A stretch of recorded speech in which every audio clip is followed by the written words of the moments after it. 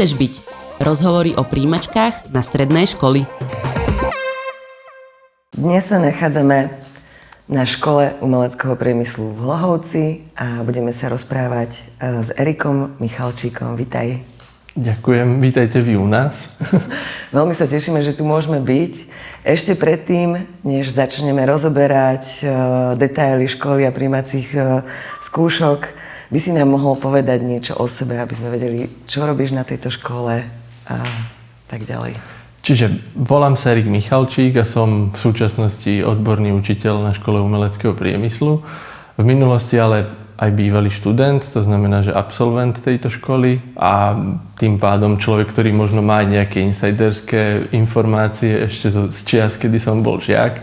V súčasnosti učím teoretické predmety hlavne, to znamená dejiny výtvarnej kultúry, umenie súčasnosti, dejiny grafického dizajnu, dejiny fotografie a popri tom ešte nejaké praktické, čiže figurálna kresba a takéto veci.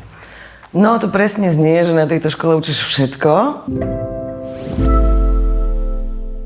Začneme takou klasickou základnou témou a to je teda niečo všeobecne o tejto škole. Ono je asi dôležité povedať, že stále sme stredná odborná škola chemická a škola umeleckého priemyslu Nerudova 13 Hlohovec, že taký je súčasný oficiálny názov. Ešte možno dôležité povedať, že od roku 2020 sme oficiálne ŠUPka, čiže škola umeleckého priemyslu a už sme oficiálne vlastne nie len tým, že máme u nás tie umelecké odbory, ale už sme vlastne aj pod tou hlavičkou škôl umeleckého priemyslu, ktoré na Slovensku sú. Skvelé. Teraz by sme sa mohli teda porozprávať o tom, že aké v súčasnosti ponúkate umelecké odbory. A tie umelecké odbory, tak ako som povedal, dva vychádzajú z tej histórie a to je grafický dizajn a fotografický dizajn, ktoré naozaj už od toho roku 2008 nejakým spôsobom sú budované a nejakým spôsobom sa rozvíjajú, čiže tá história, povedzme, že nie je úplne dlhá, ale že je už takmer 20-ročná, alebo keď poviem, že 17-ročná a v týchto dvoch odboroch je to pravda. A v súčasnosti ešte k týmto dvom odborom doplňame teraz od septembra vlastne pilotne odbor reklamná tvorba a tým pádom na našej škole budú 3 vlastne umelecké odbory v súčasnosti. Aký je rozdiel medzi tým grafickým dizajnom a reklamnou tvorbou? Grafický dizajn je vlastne niečo, čo vychádza z pôvodne propagačnej grafiky. Čiže je to grafika, ktorá vychádza teda z ručne robených techník, či už sú to tlače z výšky, tlače z hĺbky a také tie klasické umelecké grafické techniky, z ktorých ale potom naši žiaci často vychádzajú do práve tej počítačovej a tej, povedzme, že propagačnej sféry.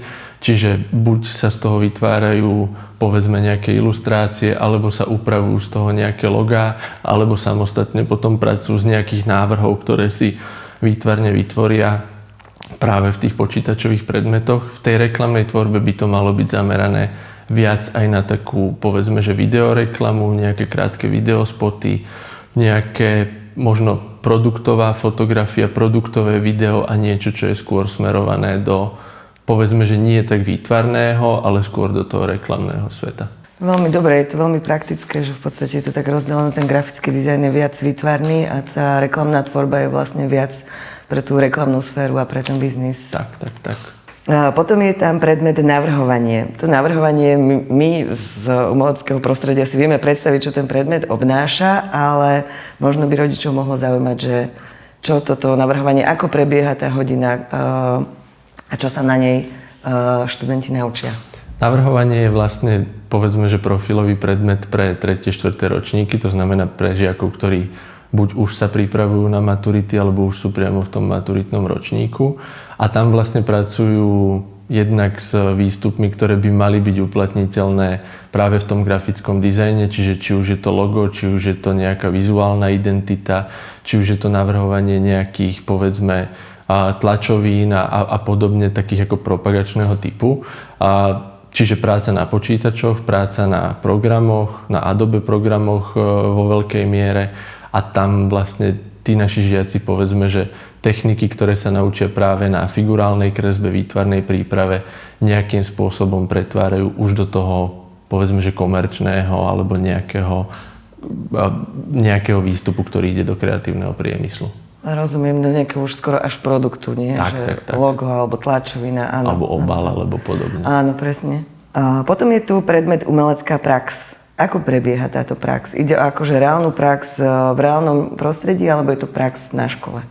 Umelecká prax ako predmet je, povedzme, že iné ako potom prax, ktorú majú žiaci v 2. a v 3. ročníku, čiže tam sa to volá trošku inak, ale v tých predmetoch umelecká prax je špecifický predmet pre každý odbor. Fotografický dizajn napríklad umeleckú prax vedie tu, kde sme teraz, to znamená vo fotoateliéri a vlastne tu robia na konkrétnych zadaniach a tu majú nejakým spôsobom využívať techniky, ktoré sa učia na počítačovej grafike, na výtvarnej príprave a na podobných predmetoch, ktorých ako keby technicky pripravujú a tu majú robiť potom nejaké zadania a učia sa teda fotografii napríklad vyvolávať fotky v 1., 2. ročníku, čiže zase také, že od základov smerom k tomu modernejšiemu a v 3., 4. ročníku fotenie na digitál. U grafikov je to potom také, že vlastne začínajú grafickými technikami, ako je lino, tlač z výšky a potom postupne prechádzajú tlač z hĺbky a prechádzajú vlastne zase až do vecí, ktoré potom vedia práve na tom navrhovaní využiť, že si skenujú veci alebo používajú ich do nejakých ďalších projektov. Jedným z tých odborných predmetov je aj počítačová grafika. Čo je obsahom tohto predmetu? A obsahom je vlastne to, že žiaci, či už sú to fotografie alebo sú to grafici, tak pracujú na počítačoch pomerne často, hlavne v tých neskorších ročníkoch. Fotografii napríklad tým, že upravujú fotografie, retušujú fotky a pracujú s nejakou, povedzme, že fotokolážou alebo nejakými podobnými vecami v digitále. A grafici zase pre nich je to ako veľká časť celej tej ich praxe. Čiže je to predmet, ktorý vlastne tie veci, ktoré sa oni učia ručne robiť, tak nejakým spôsobom prepája už do tých počítačov, do ovládania programov Adobe u nás a do týchto vecí. No súčasťou štúdia sú aj ešte 3 zaujímavé veci, neviem, či to nazvať predmety. Mohol by si nám vysvetliť napríklad, že ako prebieha taký plenér alebo ročníkový projekt? A máme takéto, poviem, že aktivity každý rok, alebo teda niečo, čo je zaradené do vlastne vyučovacieho procesu. A ročníkový projekt napríklad je projekt, ktorý na konci každého ročníka, v súčasnosti obidva, ale teda keď pripočítame reklamnú tvorbu, tak všetky 3 odbory budú vlastne robiť na konci každého jedného ročníka. Je to predmet, alebo teda je to projekt, kde na začiatku týždňa dostanú zadanú tému. Žiaci na základe techník, ktoré sa za ten rok naučili, majú tú tému nejako spracovať počas týždňa, kedy sú vlastne tu a kedy pracujú len na tomto projekte, čiže rozvrh je upravený tak, aby oni fungovali len na ročníkovom. A na konci týždňa potom majú pred komisiou obhajobu, kde vlastne obhajujú to, čo robili. Čiže malá maturita, praktická v podstate. Dobrá príprava na maturitu. Tak. Aby aj mali menší možno stres pred obhajovaním. A potom tie ďalšie veci, ktoré sme mali, to znamená napríklad plenér. Plenér je taký týždňový vlastne kurz krajinomalby, kde väčšinou vycestujeme s deckami niekam a viac alebo menej ďaleko, ale teda zoberieme všetky papiere, všetky dosky a všetko vybavenie a niekam vycestujeme tak, aby my sme boli mimo toho našeho mestského hlohoveckého prostredia a zároveň, aby sme boli niekde v prírode a kde ich učíme napríklad, ako sa robí akvarel, aké sú správne zase techniky, čiže je tam ten technický postup, ale v prostredí, ktoré je také ako výrazne iné ako v škole. Mohol by si nám predstaviť možno, že aj nejakých iných pedagógov, ktorí sa aj uplatňujú v odbore, ktorí učia, alebo... Možno tým by som začal, že je zaujímavé, že sme pomerne mladý kolektív v súčasnosti. To znamená, že sme kolektív, kde, ak dobre počítam, tak 4 kolegovia sú ešte mladší odo mňa. Čo už by mala byť ukážka mladosti. Ty si mladšej odo mňa. Ale ďalšia vec je, že napríklad veľa kolegov sú naši bývalí študenti, rovnako ako ja. To znamená, že ak hovoríme o nejakom uplatnení potom aj do budúcna, tak napríklad aj toto. Ale keď sa bavíme naozaj o ľuďoch, ktorí sa aktívne nejako prejavujú v tom umeleckom svete a sú nejak akože povedzme, že etablovaní na tej umeleckej scéne, tak určite Tomáš Žemla ako učiteľ umeleckej praxe, či už fotografickej alebo grafickej, a teda maliar a vystavujúci autor vo veľkom v Čechách a na Slovensku. A rovnako by som asi povedal našu vedúcu predmetovej komisie Janku Borčániovú, dizajnérku, človeka, ktorý robí napríklad hračky a taký povedzme, že užitkové umenie alebo užitkový dizajn, ktorý zase ako je na vysokej úrovni. Dôležitou témou, o ktorej by sme sa mali porozprávať, je technické zázemie, ktoré škola ponúka, a zvlášť, keď sa bavíme o tom fotografickom dizajne, tak by určite aj uchádzači, aj rodičia radi vedeli, že čo škola vlastne študentom môže ponúknuť z tohto technického hľadiska a či už napríklad študenti toho fotografického dizajnu majú prísť so zakúpeným fotoaparátom, či si ho majú zakupovať a koľko by to stálo. Hej. Ona je to otázka, ktorá je taká akože celkom bežná a nie len v tom, že aké vlastne materiálne zabezpečenie, ale častokrát sa nás pýtajú rodičia, že keď oni majú prísť na talentovky a majú v úvodzovkách vedieť kresliť, takže čo budeme robiť potom my tu? Takže ako pointa tohto celého je, že žiaci majú mať nejaký, povedzme, že kontakt s týmto a nejaký vzťah k tomuto celému, a s tým súvisí potom aj, že keď prídu na našu školu, tak nemajú mať foťáky, respektíve ak ich to nejak bavilo, tak možno nejaké foťáky majú, ale tie, ktoré potrebujeme my a s ktorými budú učitelia na našich odborných predmetoch pracovať, to už im potom oni pomôžu aj s nákupom, čo sa týka napríklad aj kontaktov našich učiteľov, že poznajú ľudí, ktorí predávajú tieto veci, ktorí napríklad robia servis foťákov, čo takisto je špecifická vec. Takže vôbec sa nemusia rodičia a žiaci báť toho, že teraz musia prísť a musia mať všetko a teraz musia sem prísť ako dokonale pripravení. My ich pripravíme. Preto sme škola a je pravda, že to zabezpečenie, ktoré majú žiaci, je trošku iné ako to, čo máme my tu. To znamená, teraz sme vo fotoateliéri a to vybavenie je, že ten fotoateliér, čo sa týka naozaj ateliérovej fotky, je vybavený všetkým možným svetlami, pozadím, produktovým stolom, niekoľkými foťákmi, či už analógovými alebo digitálnymi. Je tu fotokomora, v ktorej sa vyvolávajú fotky a vlastne ten proces zase je založený na tom, že tu máme nejaké vybavenie. U grafikov takisto grafické tablety, počítače, licencia Adobe, ktorá je napríklad aj pre žiakov, to znamená, že ju dokážu používať aj doma, že dostanú konto, ktoré musia byť našimi žiakmi samozrejme, ale v momente, kedy sa zapíšu, tak môžu aj na vlastných počítačoch používať tieto veci. Je pravda, že potrebujú nejaký počítač, aby im rodičia povedzme, že kúpili, ale zase sú to veci, ktoré ak im tí rodičia kúpia a ak to ten žiak chce robiť, tak ich využije to vybavenie na XY rokov. A rovnako možno tí žiaci, ktorí sú na Zúškách a v Makuky, je to takisto, častokrát majú nejaké vybavenie, to znamená dosky a veci, ktoré niektorí žiaci nemusia mať, ale žiaci, ktorí sa pripravujú na Zúškách a na takýchto veciach, tak už ich majú. Čiže potom aj tie náklady sú u nás menšie, keď je to dieťa, ktoré už má. Súčasťou jeho výbavy. Hej. Si spomenul aj tú fotokomoru, tam by ma zaujímalo, dobre, tak mám foťák, musím mať aj analogový foťák? Nemusím. A keď nastúpiš, nemusíš. Keď si prvák, tak potom už musíš. To znamená, zakupujú sa tie foťáky. Takže ja akože študent si ho zakúpi sám. Tak, analogový a digitálny foťák. Je to odvodené zase od toho, že nie všetko sa dá fotiť tu. A zase pri toľkých žiakoch nemôžeme čakať na to, kedy na jeden foťák všetci si nafotia nejaké zadanie. Častokrát majú domáce úlohy, lebo je potrebné, aby pracovali nie len v škole, ale aby sme ich učili, že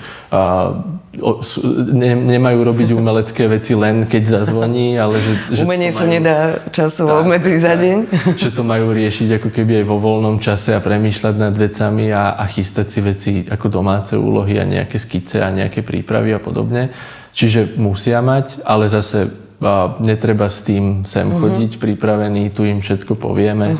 Je dostatok času na to, aby sa pripravili počas toho školského roku. No a aké pomôcky teda žiakom zabezpečuje škola, alebo čo im ponúka? Čo sa týka aj toho fotografického dizajnu, napríklad pri vyvolávaní fotografií? A zase sú veci, ktoré škola poskytuje a je to rovnako ako s tými licenciami a s podobnými vecami, tak sa ako škola snažíme to prostredie vytvoriť tak, aby žiaci mali čo najlepšie podmienky, či už na vyvolávanie fotiek, či už na povedzme, že prácu na tých grafických programoch a na podobných veciach. Niečo si ale tí žiaci musia kúpiť. Čiže podobne ako som povedal, že počítač si treba kúpiť, ale licencia už bude zabezpečená od školy, tak je to podobné vlastne vo fotke, kedy film do foťáku, alebo teda fotopapier si žiaci musia kúpiť, pretože na tom budú vznikať ich fotky, ale celé to prostredie a celé tie chemikálie a to všetko vybavenie fotokomory, vlastne zabezpečíme. Pri tom grafickom dizajne je to ako tam sme sa bavili o tých technikách, že vlastne si žiaci vyskúšajú linorit, všetko možné a tam akože tiež, ako som to správne pochopila, to, do čoho ja budem vyrývať svoje dielo, tak to si zakúpim sama, hej, ale ritko napríklad, alebo takéto veci, to asi máte vybavenie také v ateliéri, či aj ritko by bolo dobre mať asi svoje? A nejaké veci zase máme, to znamená, netreba si kúpovať samotný líz a netreba si kúpovať farby a podobné veci, ale zase, tak ako si povedala, že veci, ktoré žiaci vlastne na tom pracujú, tak do niečoho investovať musia a napríklad tie diela, ktoré oni vytvárajú, či už je to ako formou linoritu alebo na figurálke si musia papier zabezpečiť a podobné veci, tak to musia mať. A podobne ako na figurálke ceruzky musia mať, tak musia mať aj nejaké vybavenie, to znamená rydla a podobne. Také špecifické veci, ktoré napríklad, že nepotrebuje každý žiak osobne, ale vieme si to nejako akože pošerovať a vieme to mať napríklad v ateliéri, kde to využijú všetci, tak také veci už samozrejme akože máme, ale je to strašne, tých pomôcok je to tak veľa, že asi ako nedokážem povedať, čo všetko musia mať žiaci a čo všetko máme my. No tak to mám pre teba teraz ešte ťažšiu otázku, lebo by ma zaujímalo, ale určite by rodičov zaujímalo, že ako je finančne náročné štúdium na týchto jednotlivých odborov, ak sa bavíme, že od kresliacich pomôcok od začiatku po realizáciu praktickej maturity, že máte o tom nejakú predstavu? Neviem, či chcem počuť číslo to. Predstavu máme a číslo asi nepoviem z dôvodu, že sa líši žiak od žiaka, že sú žiaci, ktorí prídu pripravení a sú žiaci, ktorí sa napríklad pripravujú na zúške alebo na podobných veciach a majú už povedzme napríklad len dosky formátu A3, A2, ktoré sú pomerne drahé. Sú žiaci, ktorí si ich budú musieť kúpiť, čiže aj od toho sa to potom líši.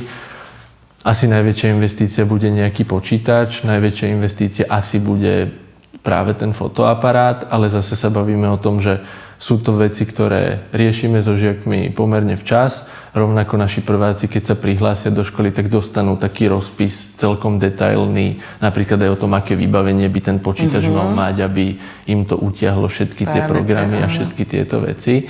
A je tam aj rozpísané, že kedy. To znamená, vždy sa budú s učiteľmi odbornými baviť už konkrétne na termíne, ale majú napríklad napísané, že v 3. ročníku budete kupovať digitálnu zrkadlovku. Čiže buďte na to v úvodzovkách pripravení, že tie náklady ako stúpnú, ale je to vždy, poviem, že také nárazové a v jednom momente, kedy to treba.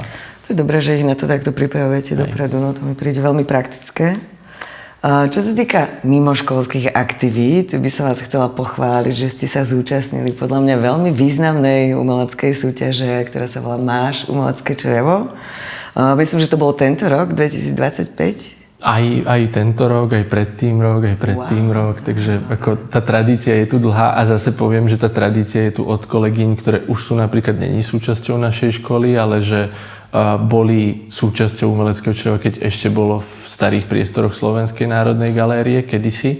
Čiže už tam sme boli niekoľkokrát vo finále a už tam sme, poviem, že o sebe dali celkom ako vedieť. Potom som rád, že sme boli súčasťou tých finálových výstav a v tom novom priestore Slovenskej národnej galérie, ktorý ako vystavovať tam bol zážitok. Verím, že nie len pre nás, ale aj pre žiakov, ktorí sú zrazu v takom ako veľkolepom priestore. A nikdy sme nevyhrali, to je asi ako dobre povedať, že vo finále sme boli a myslím si, že sme boli blízko, ale ako blízko to sa nedá povedať tým, že sa vyhlasuje len víťaz. Ale napríklad minulý rok možno ako zaujímavosť je, že sme robili výstavu, ktorá v súvislosti s tým, že umelecké črevo vlastne počas fungovania minuloročného ročníka bolo zastavené, tak žiaci, ktorí boli pripravení a ktorí sa pripravovali a boli prihlásení v tom roku, tak sme im spravili my výstavu, na ktorú boli pozvaní aj zástupcovia umeleckého čreva, čož malo byť také ako, poviem, že poďakovanie zároveň tej spolupráce dlhoročnej a zároveň také vlastne, že pokiaľ to nevie spraviť umelecké črevo z rôznych dôvodov a tie dôvody boli naozaj ako závažné. Áno, súčasná situácia v kultúre to ovplyvnila, čo si vieme hovoriť? Tak sme sa do toho obuli my a povedali sme, že ak to našim žiakom vlastne nedokáže zabezpečiť platforma, ktorú my veríme, že by to ako veľmi rada zabezpečila, tak sme to aj tej platforme ako keby vrátili tým, že sme spravili. To je veľmi pekné. Hej, to fakt si to cením. Podľa mňa aj táto súťaž dôležitá aj preto, že to nie je tak, že niečo nakreslím a prihlásim sa, aby si to aj rodičia vedeli predstaviť, že iba takto capnem na stenu, ale je to vlastne celoročná práca. Ľudia, teda tými, ktoré sa do tej súťaže zapájajú, pracujú na konkrétnej téme, musia vybudovať ten projekt úplne od základu, sami ho aj realizujú.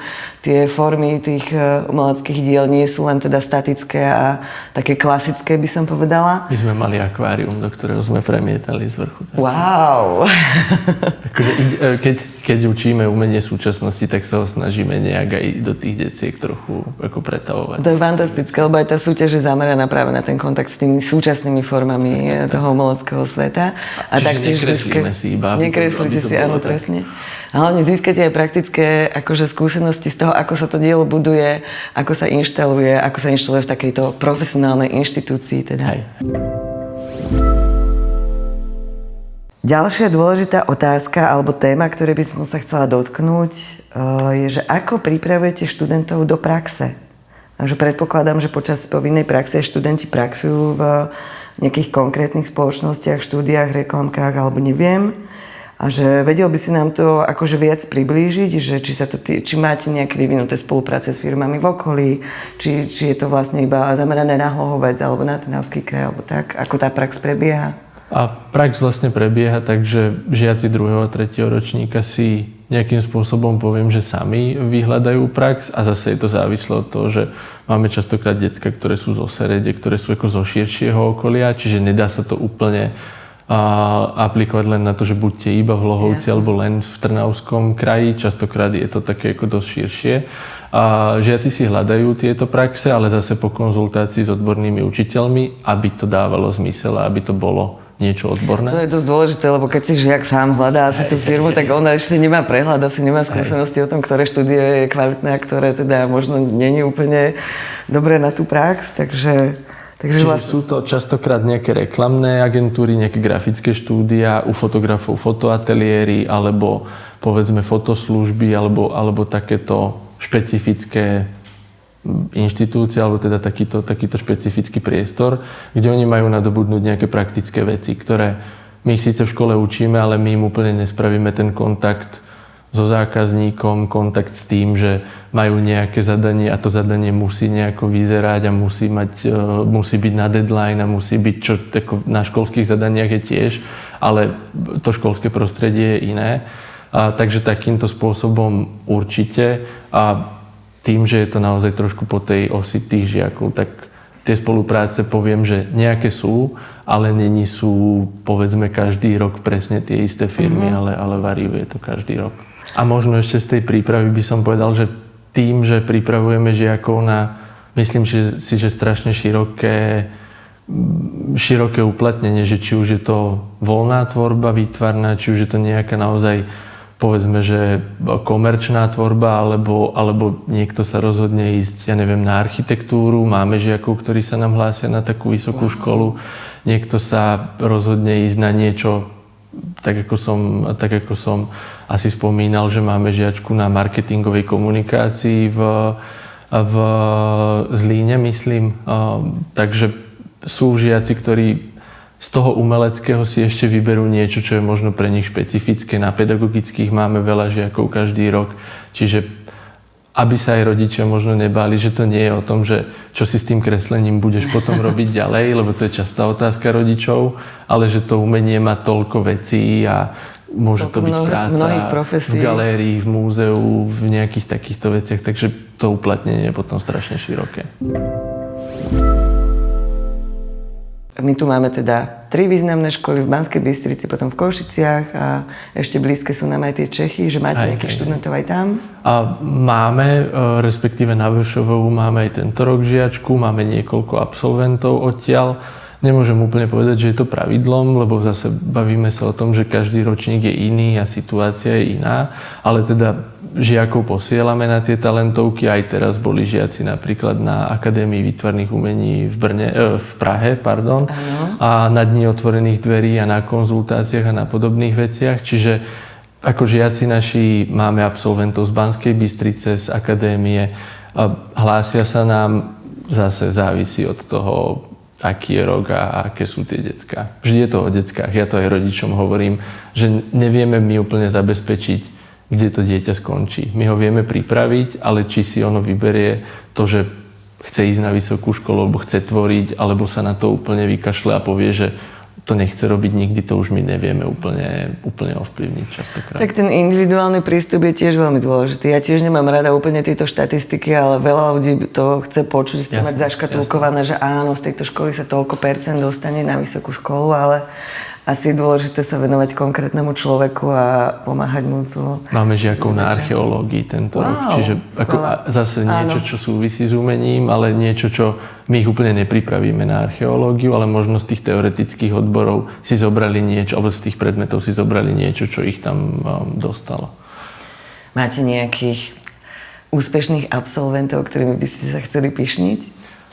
Nejaké mená by boli a asi spomeniem Patrika Krajčoviča, kurátora galérie Jana Koniarka, ktorý je náš študent.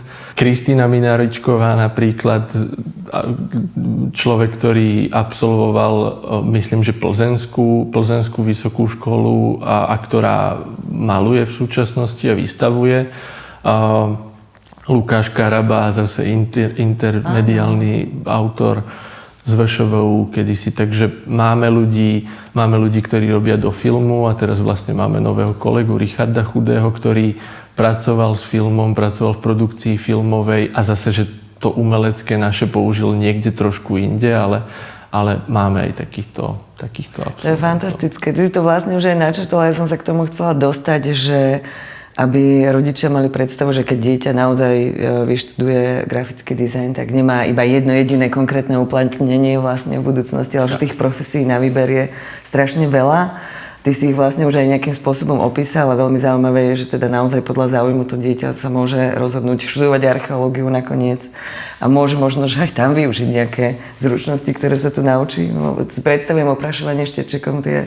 Tam možno tie teoretické, ale... Akože a vidíš, dejiny umenia, presne tak. Je to súčasť, že učíme ich fakt širokú škálu zručností a vedomostí a vecí. Pokiaľ by sa študenti nerozhodli ísť na vysokú školu, však je to samozrejme legitimné, ako sa môžu prakticky uplatniť hneď po skončení štúdia? Že tuto nám môžeš opísať možno, že keby teda naozaj nešli na tú vysokú, že aké profesie si hneď môžu vybrať alebo kde sa môžu zamestnať? A zase je to rôzne, ale asi také tie povedzme, že najjasnejšie sú buď nejaké grafické štúdia, reklamné agentúry pre grafických dizajnérov, čiže nejaká, možno poviem, kreatívny priemysel, propagačná grafika, reklamná tvorba v zmysle tvorba lôk, vizitiek a podobných takýchto tlačovín. A pri fotografoch je to, buď to môžu byť ľudia, ktorí budú zase pracovať v nejakom fotoateliéri. Máme žiačku, ktorá si pred 2 alebo pred 3 rokmi dokonca ešte počas štúdia založila svoj vlastný fotoateliér a do dneska funguje a vlastne zarába si sama na seba. Čiže zase, keď hovoríme o tom uplatnení, je to často o tom žiakovi a zase je to často o tom, že ako tie veci využije do praxe. My mu dáme všetko, čo môžeme na to, aby sa v tej praxi uplatnil a už teda závisí častokrát na každom z nich, že ako sú možno aj odvážni, ako sú možno aj schopní sa presadiť. A ich vlastne podporujete v tých individuálnych plánoch, ktoré sa asi rozvinú práve na tej škole, lebo to stredoškolské prostredie je veľmi dôležité, akože vy dosť ovplyvňujete budúce životy vašich študentov. Však všetci sami vieme, že stredná škola je práve to obdobie z detstva sa dostávame do toho dospievania. No a teraz konečne sa už môžeme dostať aj k tomu, keď už vieme, aká táto škola je, čo nám všetko ponúka a chceli by sme sa prihlásiť, že čo môžeme preto urobiť. Na začiatok by som teda sa budeme venovať príprave na prijímacie skúšky. Ja som teda objavila na webe aj, že ponúkate prípravné kurzy. Je to veľmi zaujímavé, ten plagatík ponúka 4 stretnutia na 4 témy. Moja otázka je teda, že ako to prebieha? Je tento kurz platený? Robíte to prvýkrát? Robíme to prvýkrát tento rok, pretože aj vlastne v súvislosti s tým, že otvárame nový odbor, tak sa snažíme nejako aj my ísť naproti tým ľuďom, ktorí sa k nám chcú dostať. A tie kurzy sú zdarma, to znamená sú neplatené a všetko vybavenie, ktoré žiaci na to budú potrebovať, tak budú vlastne k dispozícii. A tie kurzy majú 4 témy: kresba, maľba, dejiny umenia a kresba uhlíkom. A každý je vlastne odvodený od toho, čo priamo žiaci robia na našich talentových skúškach. Čiže kresbu majú na talentovkách, takisto maľbu, takisto krátky test z dejín a my sa ich tu budeme snažiť, nenaučíme ich nové veci, ale budeme sa ich snažiť minimálne ako pripraviť na to, že ako sa pripravovať na tie talentové skúšky, čo možno robiť, čo možno nerobiť. Možno budú mať prvýkrát kontakt s tým, že prídu a budú kresliť zátišie častokrát, pretože sa k nám hlásia aj žiaci, ktorí, dajme tomu, nemali kontakt so zúškou alebo s niečím podobným. Čiže nasmerovať ich k tomu, že to nie je len o kreslení si, ale že treba sa naozaj trošku ako svedomito pripraviť na to, že prídu na tie talentové skúšky. Tie praktické kurzy si vieme predstaviť, ale špeciálna otázka je na dejiny umenia, lebo to asi nebude simulovať ten 20-minútový test, nie. Ale je to vlastne prednáška, alebo ako tomu mám rozumieť? Bude to taká prednáško, nejaká interaktívna vec, kde zase súčasťou tých prípravných kurzov nie je len pripraviť decka na talentovky, lebo sa ma to pýtali napríklad rodičia na rôznych prezentačných akciách školy, že či žiaci, ktorí prídu na prípravku, budú mať väčšiu šancu, aby boli prijatí. To samozrejme neviem povedať, pretože to nie je o tom, že prihláste sa na príjmačku a máte o 50% viacej šance sa dostať.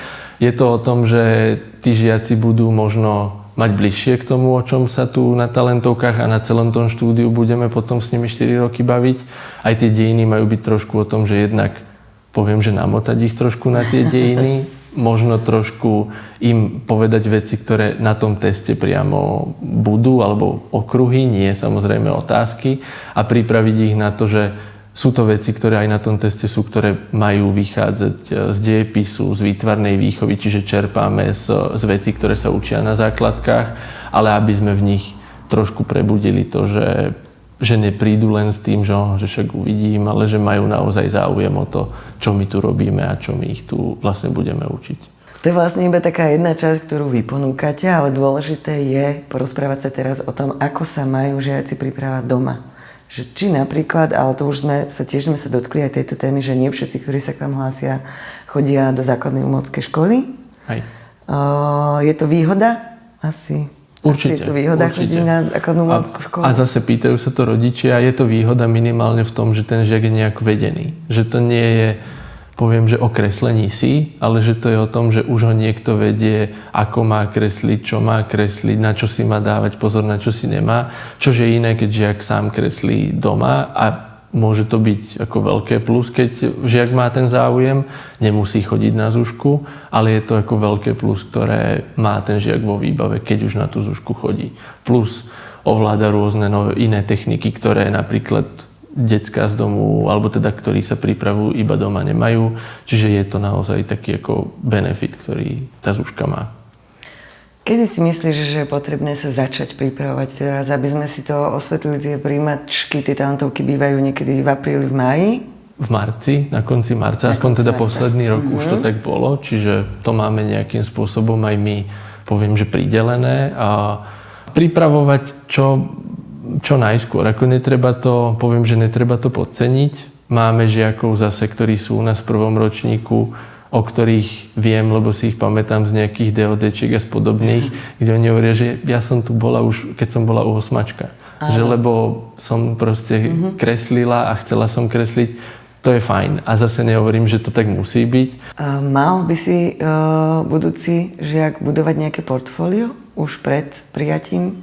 Určite. Pred absolvovaním talentoviek? Je to aj súčasťou prijímacieho procesu, portfólio? Je to súčasťou vlastne talentových skúšok, kedy žiaci prinesú domáce práce a zase je to pri každom odbore v niečom, povedzme, že špecifické, že je tam iný počet napríklad rôznych prác, ale ten počet prác je vlastne 20 domácich prác a už podľa odboru tých druhých 10 je vlastne ovplyvnených tým, kam sa hlásia. A tie práce môžu byť zložené napríklad aj z prác zo zušky alebo z prác, ktoré robí pod niečím vedením, ale samozrejme ich robí ten žiak. To znamená, my na tých talentovkách chceme vidieť, či ten žiak má čosi v sebe, čo by nás ako zaujímalo do budúcna a čo my v ňom vieme rozvíjať. Či to je naozaj niečo, čo je zaujímavé. Ja som sa aj na to presne chcela zamerať, že či práve tá kreativita má byť asi to, čo v nich chcete objaviť, pretože hlavne pri tej voľnej téme a tak. Aj. A tam to býva také naozaj, že tie témy sú rôzne a každý rok vlastne vymýšľame nové, ale len keď spomeniem nejakú jednu, ktorú sme mali, tak to bolo, že niečo v zmysle, že čo sa mi prisnilo v noci, že taká ako voľná. A teraz zase, že sú decka, ktoré všetky ti nakreslia, povedzme, že taký ten prvoplán, že niekto leží v posteli a bublinky a bla bla bla. Obláčiky. A čo zase ako není zlé, ale je to asi rozhodne lepšie, ako vyťahnuť telefón a... Ale zase mám pocit, že tie decka sa ako keby, keď sme sa pýtali, je to, že či sa kontrolujú navzájom medzi sebou a či sa vidia, možno niekedy akože, že chceť sa ukázať aj v tom, že nespravím to, čo vidím, že má sused. Presne. Takže oni vlastne môžu nazerať si do tých prác, takto, že pracujú v jednej miestnosti. Podľa mňa možno odporúčanie, že toho, koho to stresuje, nech to nerobí. Jasné. Ale zase, že ako je to na tom, aby aj oni si zvýšili tú svoju šancu v tom, že keď to poviem a teraz naozaj akože z pozície človeka, ktorý hodnotí tie práce, že keď vidíme voľnú prácu na tému a vidíme tam 5 prác, ktoré sú veľmi podobné v tom námete, tak potom už fakt hodnotíme len, že a tuto sa mi to zdá byť ako lepšie zvládnuté technicky, alebo nápad, alebo prepracovanie toho, ale že už sa tam baví, už tam není taký ten, že a toto je dobré, toto je dobrý nápad, toto nikto nemal a toto je v niečom ako iné ako všetky tie ostatné veci. No táto úloha teda trvá 120 minút, je to tretia úloha, tá voľná téma. Podľa mňa je veľmi dobré aj zvolené to poradie, že akože najprv začneš tým klasickým to zručnosťou a potom prejdeš, ako tá voľná téma je vyslovene o kreativite. Ten formát A3, to má nejaký dôvod, akože že budú kresliť na formát A3? A dôvod je asi taký praktický, že tie A2-kové dosky oni častokrát ešte nemajú. Majú si doniesť aj dosku? Nie, ale teda tie papiere, aby ich nedoniesli zrolované a nejaké, tak si ako donesú dosky väčšinou. Áno, a v tých vlastne by mali doniesť aj tie domáce práce. A v tých častokrát donesú domáce práce, čiže preto nie A2, aby nevliekli nejaké ako ja pre mám nich. A2-kové. No. Už aj ja. A kreslia teda na stojanoch, alebo... Kreslia na stojanoch. Skvelé, takže postojačky, alebo môžu aj sedieť pri tom? A väčšinou postojačky, ale ako toho priestoru, keď si tam mala aj tú otázku, že či keď nestihnú, poviem pravdu, že za tých 5 rokov sa mi to nestalo. Že skôr sa mi stane, že dieťa skončí skôr. Áno. A bude to stres, alebo a teraz akože ja chodím a že a predsa len ešte máš čas, že nechcel by si, lebo aby ste domov neprišli s tým, že máte pocit, že ste ten čas potom, že ste to odflákli, nevyužili to, že radšej ako sa posnaž teraz a no ale mama mi už písala a ja neviem, ako to je fajn, ale že mama ešte 10 alebo 15 minút počka, ešte si za to skús trošku povedať. Takže tých 90 minút je podľa mňa také ideálne na kreslenie toho A3-kového zátišia. A teda zátišie je prvá téma kresba a kreslí sa ceruskami, cerusky si donesú teda sami. Tak v zátiši je drapéria, je tam nejaký fľaša alebo nejaká šálka alebo niečo elipsovité a plus nejaké jablčko alebo niečo podobné. Takže prírodný predmet, potom je tam niečo geometrické, hlavne teda zamerané na elipsy, hej? Tak. Ešte ma zaujímalo, že či používate, alebo že či sa zameriavate aj na také rôznomateriálové veci, že my sme to mali na príjmačkách na moju strednú už nebohú školu, že sklenená vec, vieš, čo má akože odlesky, potom tam bola presne chlpatá drapéria, alebo že tam bolo niečo takéto. Akože na tom tieňovaní presne, že sú tam veci, ktoré sú aj rôzne ako tým povrchom. Není to takýto extrém, že nešľahneme im tam akože niečo sklené. To už je vyšší level, hej? Lebo viem si predstaviť, že keby sme dali ako priehľadné sklo, tak asi akože... Podľa mňa to je to, čo sa potom naučia, nie? Na tej výtvarnej príprave. Áno, ale najprv ich potrebujeme neodohnať Základ od nás. maj. Kedy ráno začínate tie príjmačky? Začíname o 8:00. Hneď prvé zátišie.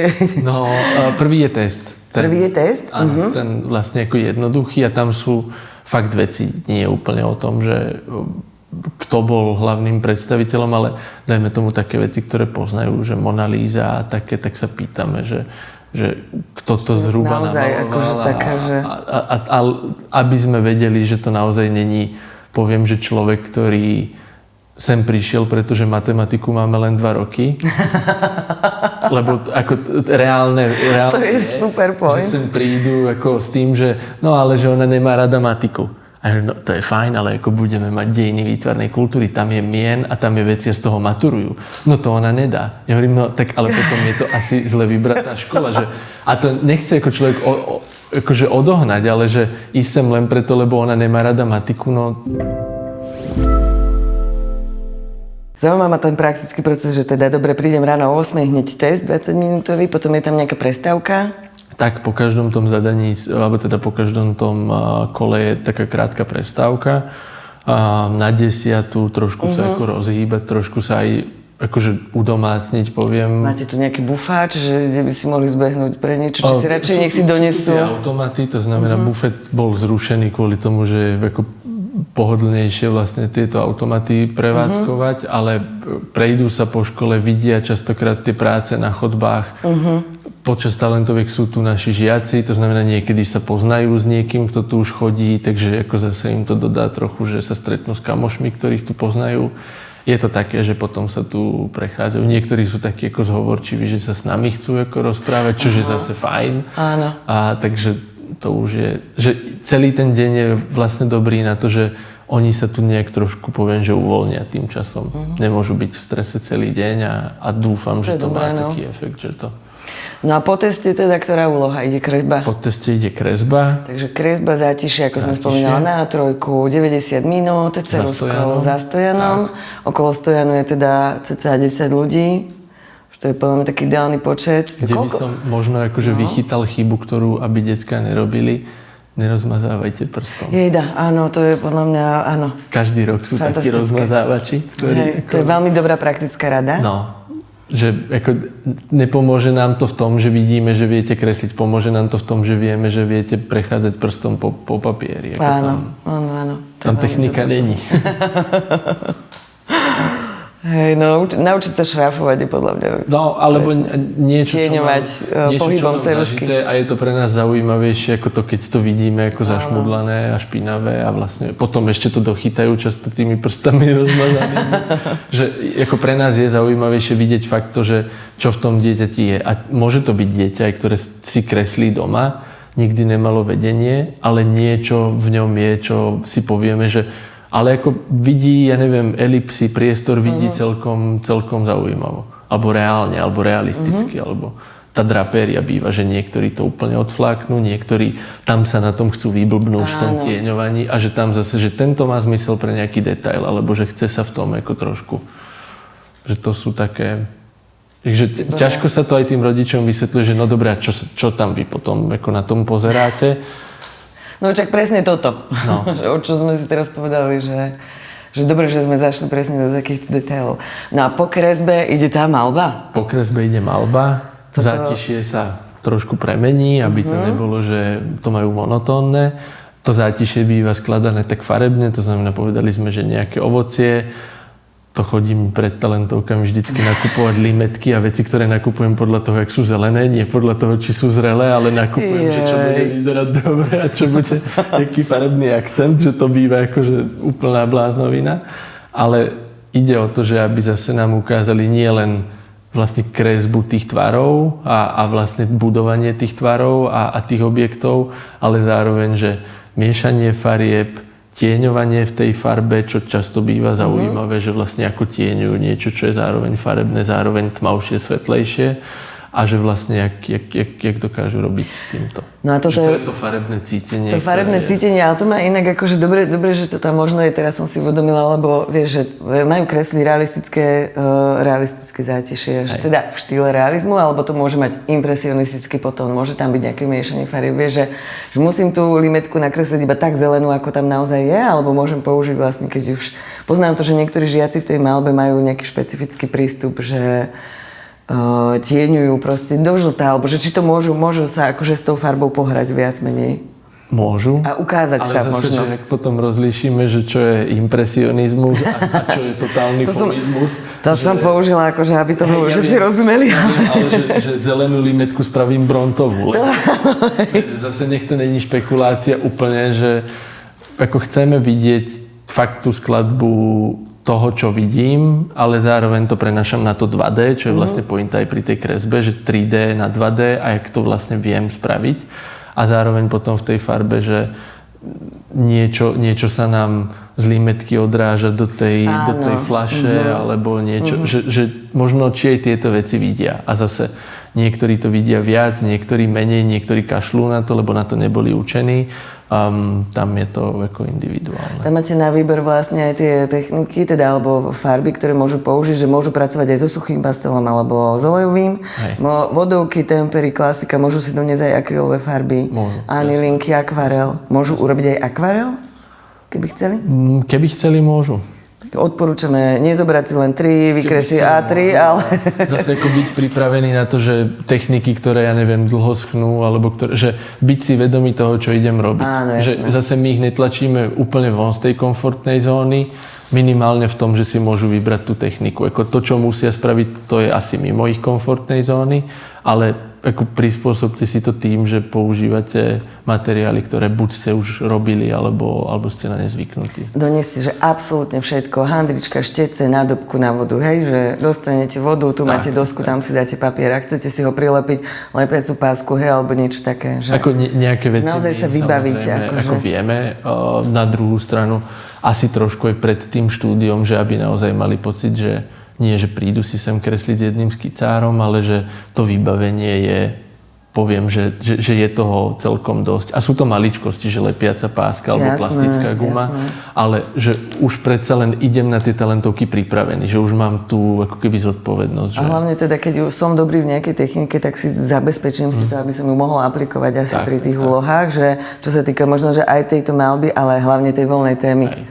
Že presne tam som sa dočítala, že aj uhlík si majú priniesť a toto je, ak niekto vie dobre proste kresliť uhlíkom, takže to môže pri tej voľnej téme využiť. Ak vie niekto robiť tušom a robí nejakú perokresbu šrafovanú, kľudne. Akože tá voľná téma je naozaj voľná v tom, že spracovanie je voľné, stanovená je len téma a vlastne formát, tá A3, ale už do čoho... Môžeme ukázať, čo mi ide, čo je mi vlastné a v čom sa cítim vlastne najlepšie. A teraz ako nedávam návod, ale keby chceli spraviť koláž...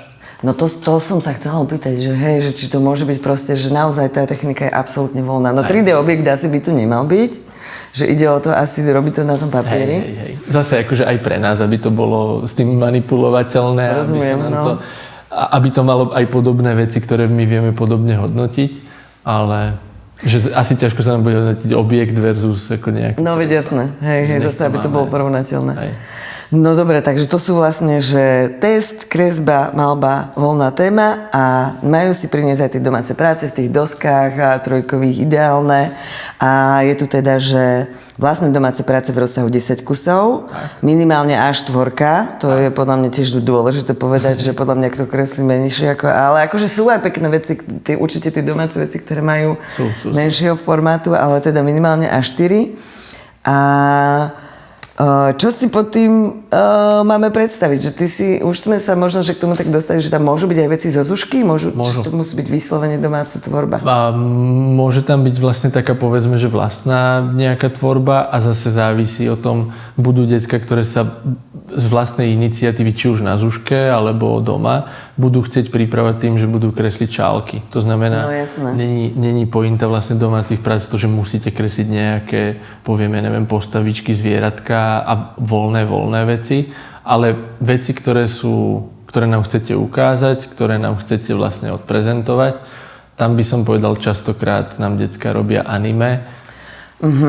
Nemám s tým problém.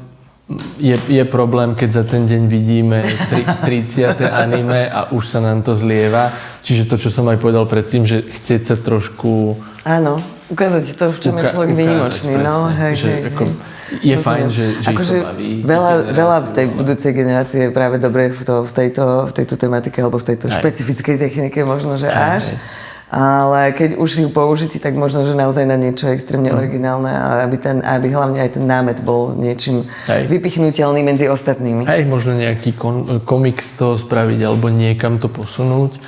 Nech to není... Ja sa priznám, že presne ako boomer, ja to všetko vidím jedno liato, lebo keď sa pozeráš na tie technické postavičky takto stále za sebou, tak sa to v tom úplne stratíš a už vlastne nevieš, kto je koho práce, koho, že... Presne, že keď to nevyskakuje nejak technicky oproti iným, tak je to naozaj, že OK, tak zase je tu anime. Že človek v tom je... Anime nie je vada, ale treba aj v ňom byť originálny. Je to téma, no. Tá technika by v tom mala byť nejaká. Áno. Takže tie voľné práce, to naozaj treba ukázať, že čo mám rád, aj to podľa mňa presne, že čo to dieťa rado robí. V čom sa vidí, že čo mu je absolútne vlastné. Čo a potom možno, že má pocit, že je dobré nám ukázať. Presne.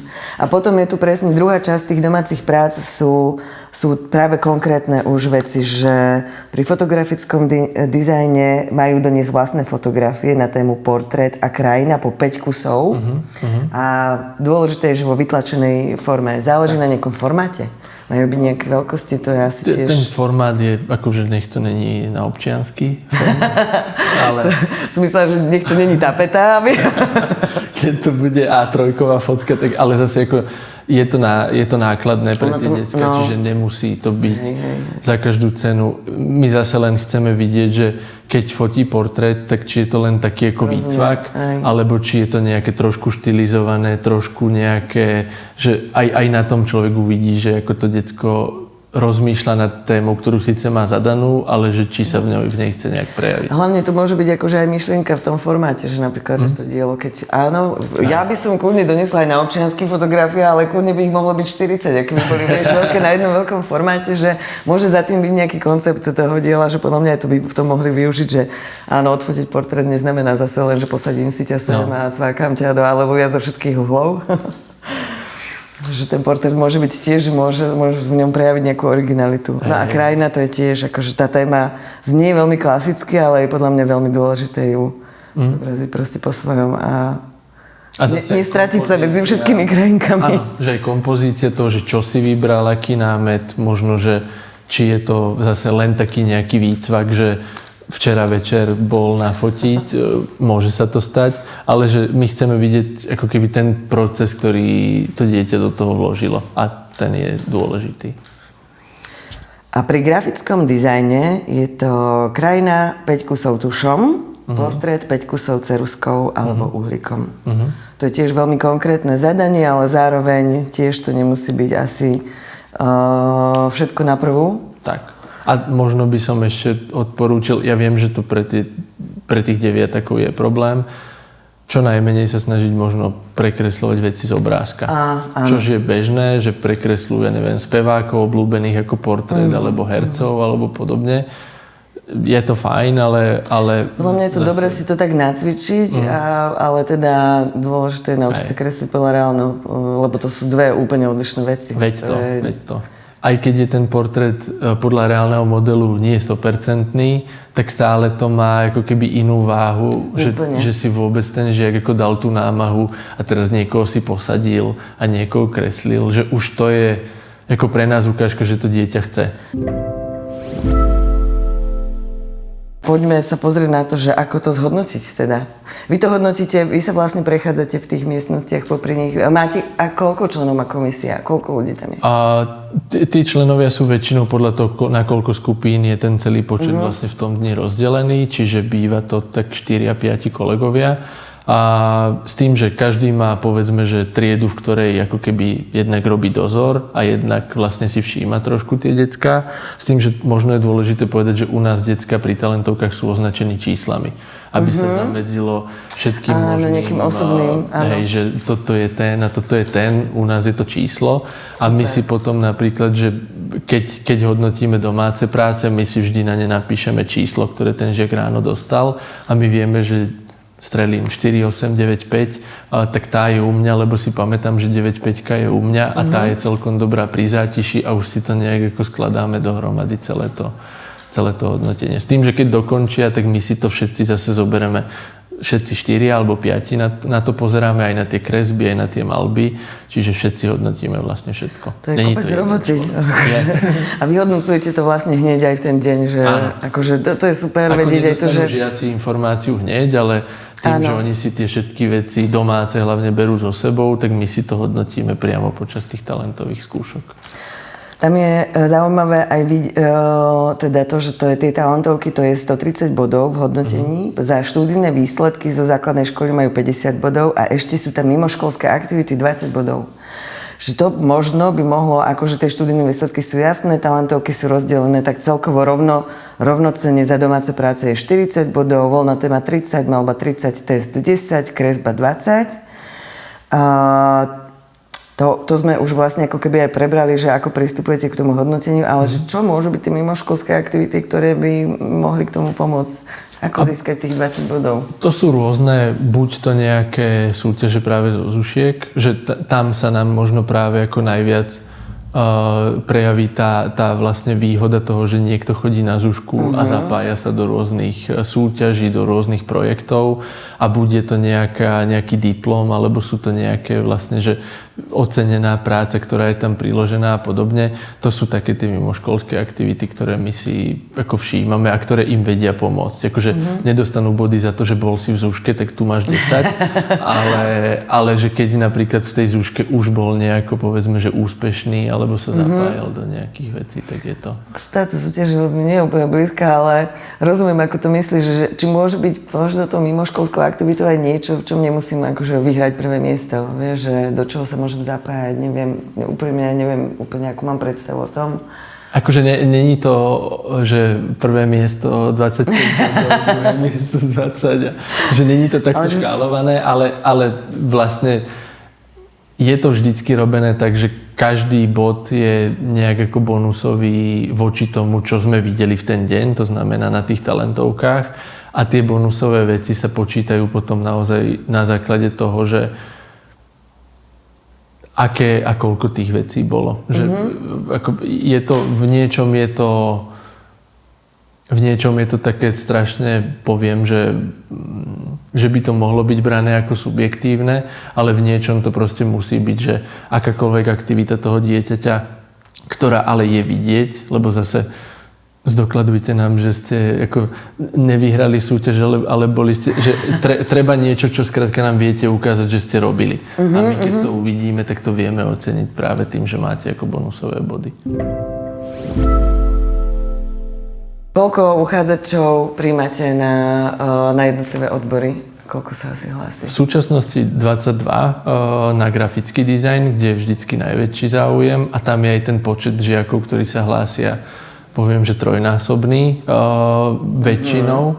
A na tie zbylé odbory, to znamená fotografický dizajn a reklamnú tvorbu uvidíme, ale fotografický dizajn je počtom, poviem, že alebo tým záujmom trošku slabší, ale tam prijímame, alebo teda plán je naplniť 17 a 17. A na tieto dva odbory uvidíme. Zase nám to zriaďovateľ vždy trošku upravuje na základe aj podaných prihlášok, aj týchto vecí, ale takýto je plán.